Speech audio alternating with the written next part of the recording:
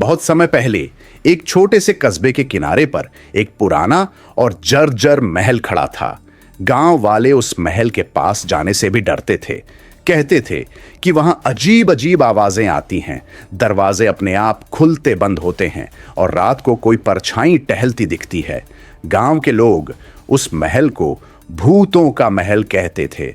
गांव में 3 दोस्त रहते थे। अजय, जो बहुत बहादुर था, रिया, जो बहुत होशियार और पढ़ाकू थी, और करण, जो थोड़ा डरपोक लेकिन सच्चा दोस्त था। तीनों ने सोचा कि ये सब अंधविश्वास हैं और उन्हें महल का राज जरूर जानना चाहिए। एक रात चांदनी से भरी हुई, तीनों ने टॉर्च और रस्सी लेकर महल की तरफ कदम बढ़ाए। रास्ता सुनसान था। झींगुरों की आवाज और पेड़ों की सरसराहट उनकी धड़कनें और तेज कर रही थी।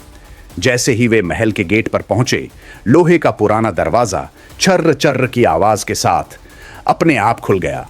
करण बोला, ये दरवाजा अपने आप कैसे खुल गया?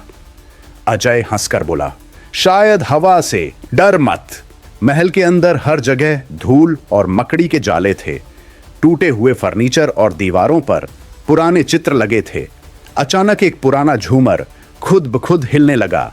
रिया ने ध्यान से देखा और बोली, ये देखो, झूमर तो रस्सी से बंधा है और ऊपर की मंजिल से कोई इसे हिला रहा है।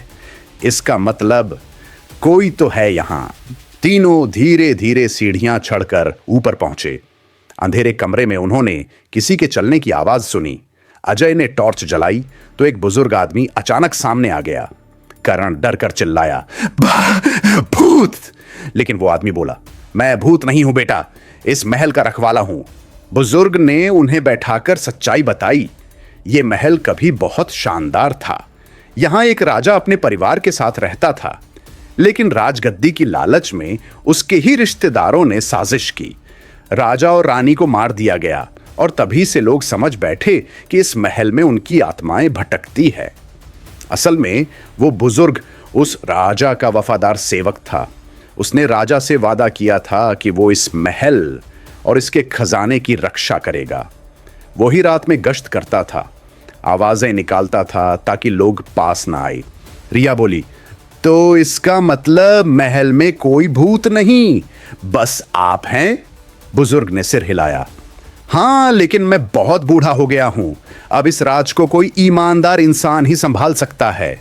अजय, रिया और करण ने एक दूसरे की तरफ देखा और वादा किया कि वे इस महल को गांव वालों के लिए एक इतिहास और ज्ञान की जगह बनाएंगे। अगले ही दिन उन्होंने गांव वालों को सच बताया। गांव के लोग पहले तो यकीन नहीं कर पाए, लेकिन जब उन्होंने महल को साफ किया और वहां राजा की कहानियों और विरासत को दिखाया, तो सबको सच्चाई समझ आ गई। जो जगह कभी भूतों का महल कहलाती थी, अब इतिहास का महल बन गई। और तीनों दोस्तों की बहादुरी की वजह से गांव ने एक नया खजाना पा लिया, ज्ञान और सच्चाई का खजाना। हर अफवाह के पीछे सच्चाई छुपी होती है।